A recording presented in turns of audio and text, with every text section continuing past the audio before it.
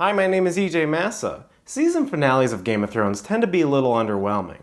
Mostly because episode 9 is when all the fun stuff happens, those big old budget hogs. So usually episode 10 show the aftermath of episode 9's and set the characters off on their journeys for the next season. Well, this season apparently didn't get the memo because this episode fucking ruled. Sure, we kicked off some journeys and we went over some aftermath, but it was all really well done, and I would say the first 30 minutes are almost perfect. So perfect, in fact, that I can forgive them sneaking a little Dorne in there. I see you, Dorne. Don't think I don't notice. We start off with everyone getting dressed. Tommen and Marge putting on some fine clothes, and Old Man Sparrow putting on his disgusting sack. Tommen's putting on a woman's necklace from Anthropology, and Cersei's got a geo-rock she got from a science store in the mall. As we move into the Sept of Baelor, some awesome music runs through everything. The music is so good, and it really ties the episode together. Really tied the room together, did it not? Fucking A. I'm so proud of Pycelle. He's so old, but he's still going at it. Later, go away. He's gotta work on his manners, though. He gets stopped by a creepy child who whispers into his ear. I guess creepy, unexplained children wandering around the Red Keep is perfectly normal. I mean, I got a few of those. I'm always afraid. It's time for Loras' trial, and Loras got a really nice haircut. Loras confesses to being gay, and loving a gay traitor, and being a gay traitor, and lots of stuff medieval society totally hates. So as penance, he says he'll devote his life to the Seven. Not like he had much choice. I'm pretty sure the other options were, death. The High Sparrow accepts, and Loras gets a cool head carving. I mean, everybody with a head carving is a cool guy, right? Right? Tommen is ready to go to the trial, but Zombie Mountain politely tells him to stay. One neat detail, the Mountain still has holes in his breastplate from when the Sparrow attacked him a few episodes ago. I guess there's not many breastplates in the size Monster Huge. Hey everybody, where's Cersei? Oh, Cersei, day drinking? You're a woman after my own heart. I'm an alcoholic. They send Lancel out to find her, but instead he chases a little boy. I don't know, a religious figure chasing a little boy into an underground cavern? Westeros needs its own spotlight. Pycelle finds himself in Dr. Creepy McStrange's lab. Then the kids from Silent Hill come out of the shadows and stab him to death. I'm always afraid. Lancel finds where they've been keeping all that ecto-cooler over the years. But he gets caught in a drive-by shanking. I am pleased with my work. Marge is getting suspicious that Cersei hasn't showed up. High Sparrow, do you think Cersei might splode us? But the High Sparrow is more concerned about being right than being smart. Marge is smart. But nobody cares. Lancel, it's your birthday. Drag yourself to your candles, you silly goose, and make a wish. You're taking too long, Lancel. Make a wish. Do you want all your family to die, Lancel? Lancel, the candles. Don't you love your family? Birthday's over, Lancel. You're gonna die. Boom. And everybody explodes. Ooh, smug mug. Holy crap, you guys. That beginning was nearly perfect. And I think it will go down as one of my favorite all-time scenes of the show. My only nitpick is that I wish the scene with Lancel dragging himself toward the candles was cut down a little bit. It would have improved the pacing of the scene quite a bit. That's really my only nitpick. And I nitpick because I don't have any real problems in my life. I love the beginning.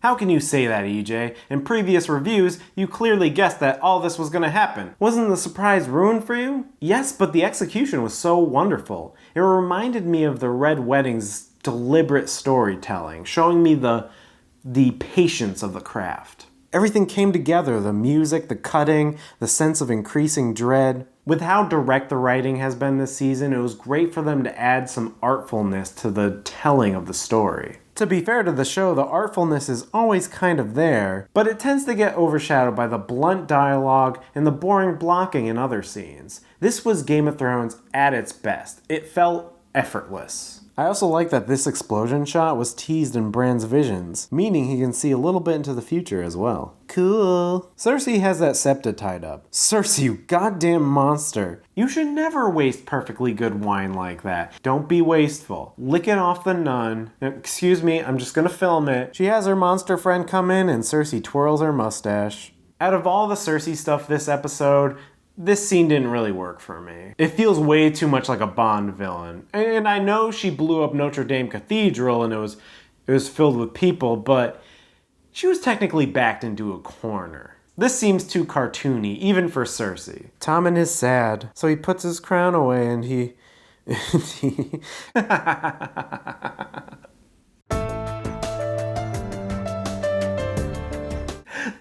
The little boy killed himself. Alright, we got the twins now. Frey's holding a big old banquet. We now tune into another episode of Brawn Over Brains. Tune in to his more antics. Not my type. Not blonde enough.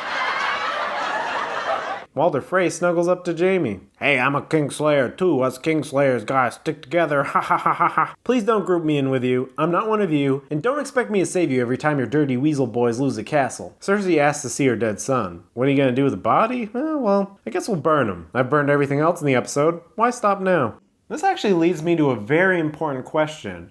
With all of Robert's offspring and brothers dead, who gets the crown?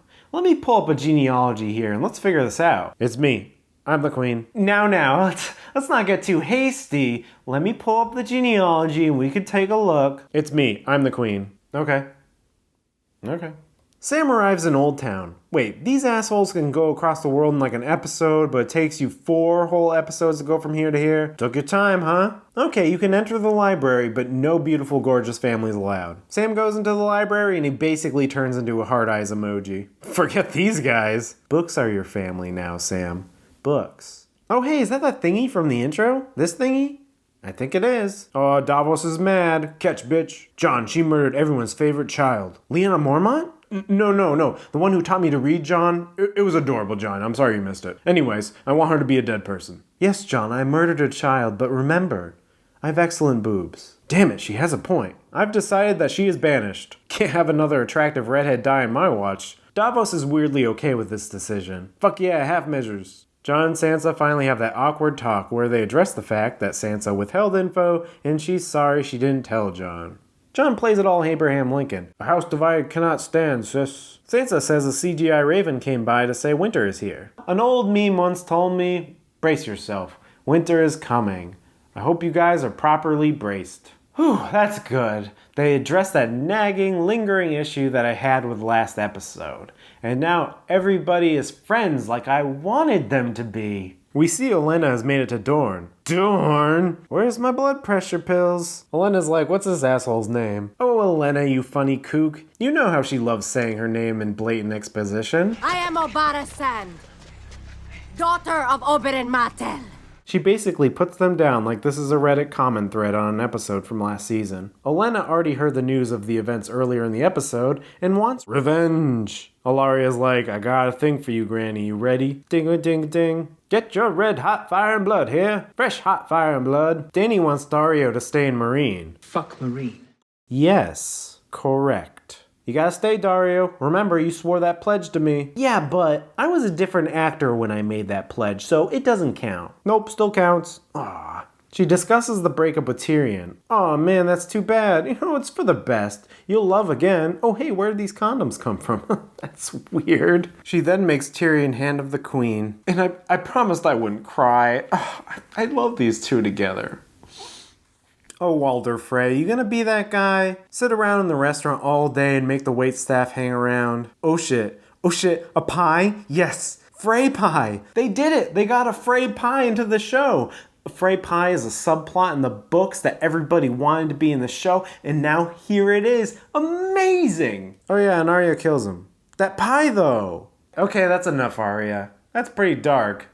I guess we need a new sick fuck now that Ramsay's dead. Littlefinger comes by and expects a kiss for his good deed, but Sansa rejects his offer and his proposal for marriage. I don't know if you want to get on Littlefinger's bad side. Didn't really work out for your dad, did it? Benjen brings Bran closer to the wall. He mentions that it's a magical barrier so he can't cross. Wait a minute, didn't Bran get touched by the blue Darth Maul and that broke the seal on the cave? If Bran crosses this magical barrier, does that mean the wall will come down? And the White Walkers will be able to cross? Is Benjen a White Walker plant? No time to think about it. Time travel, bitches. In the past, we see a young Ned, and he finds Lyanna dying from childbirth. Turns out this baby with 1,000 forehead wrinkles is Jon. Surprise! This finally confirms the old book theory that R plus L equals J.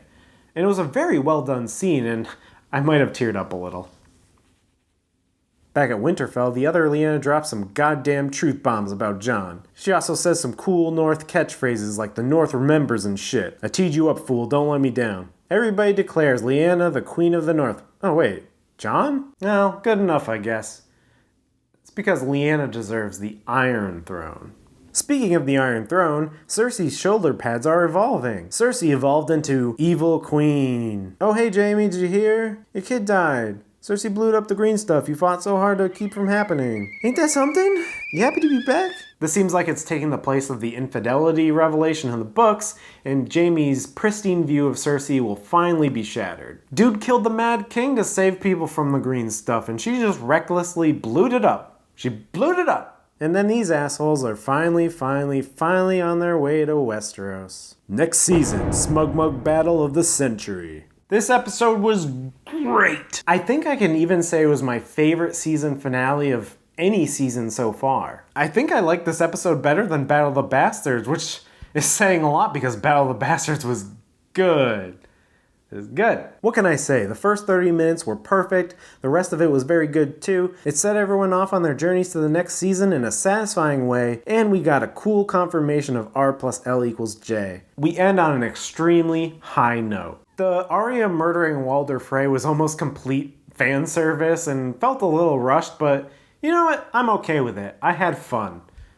I had fun. Overall, I'd say this season was way better than season 5, and it even gives some of the first seasons a run for their money. There was a few episodes where the writing felt sloppy and it felt a little function over form. Maybe that's a function of not having George R. R. Martin's writing to lean on, but it's also probably a function of efficiently getting the characters to the end game, because eventually these guys are going to be too expensive to be around for 10 seasons. You do have to start wrapping things up, so I can forgive a little efficiency. Fantastic episode and a very good season. Lots of great things coming up, I think.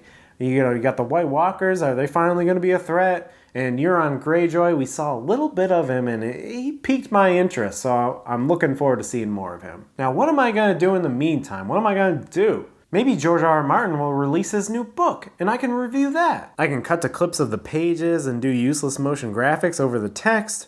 That could be fun. Now, who wants to join me in refreshing George R. R. Martin's live journal? We can refresh it all day. Is he going to talk about the Hugo Awards? Maybe football. Probably talk about his theater. Looks like he went to another comic book convention. Please, George. And don't worry, viewers. I will be back in the off-season to talk more about Game of Thrones. What exactly will I be talking about? I don't know. I'm too tired. Apparently making highly produced reviews for 10 weeks in a row will take its toll on a man. So, I'm going to bed. Good night.